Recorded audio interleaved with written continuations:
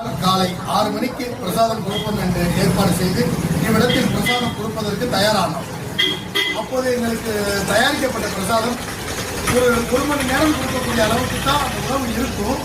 ஆனால் எப்படி நடந்தது என்ற ஆச்சரியத்துக்கு இன்று வரை அதே போல நிகழ்வுகளை ஒவ்வொரு முறையும் நடத்தி கொண்டிருக்கிறார் யோக நரசிம்மருடைய பரிபூர்ண அருளால். அவர் அருளால் பாபாவுக்கு அருள்தரும் ஆலயத்தை அன்பாய் தந்துள்ளார். ஏனென்றால் அன்னதானத்தை நடத்த ஒருத்தர் வேணும்ல, அதுக்காக பாபாவை கொடுத்து அன்னதானத்தை பிரம்மாண்டமா நடத்தக்கூடிய வாய்ப்பை ஏற்படுத்தி கொடுத்திருக்காங்க. அப்படி அன்னைக்கு கொடுக்கப்பட்ட உணவு இன்றளவும் வற்றாத உணவை பாபா கொடுத்துக்கிட்டு இருக்காரு. ஒரு 100 பேத்துக்கு கொடுக்குற உணவை 10,000 பேத்துக்கு கொடுக்குற அளவுக்கு திருப்தியை கொடுத்துக்கிட்டு இருக்காரு. காலையில கரண்டியை பிடிச்சோம்னு சொன்னா இரவு 9 மணி வரைக்கும் வரக்கூடிய எல்லோருக்கும் அந்த அற்புதமான அருட்பிரசாதத்தை கொடுக்கக்கூடிய வாய்ப்பை பாபா ஏற்படுத்தி கொடுக்குறாங்க. அப்படிப்பட்ட அந்த அற்புதமான நிகழ்வு என்னென்றும் இன்னும் பல தலைமுறைகளாக தொடர்ந்து இவ்விடத்தில் நடக்க வேண்டும்.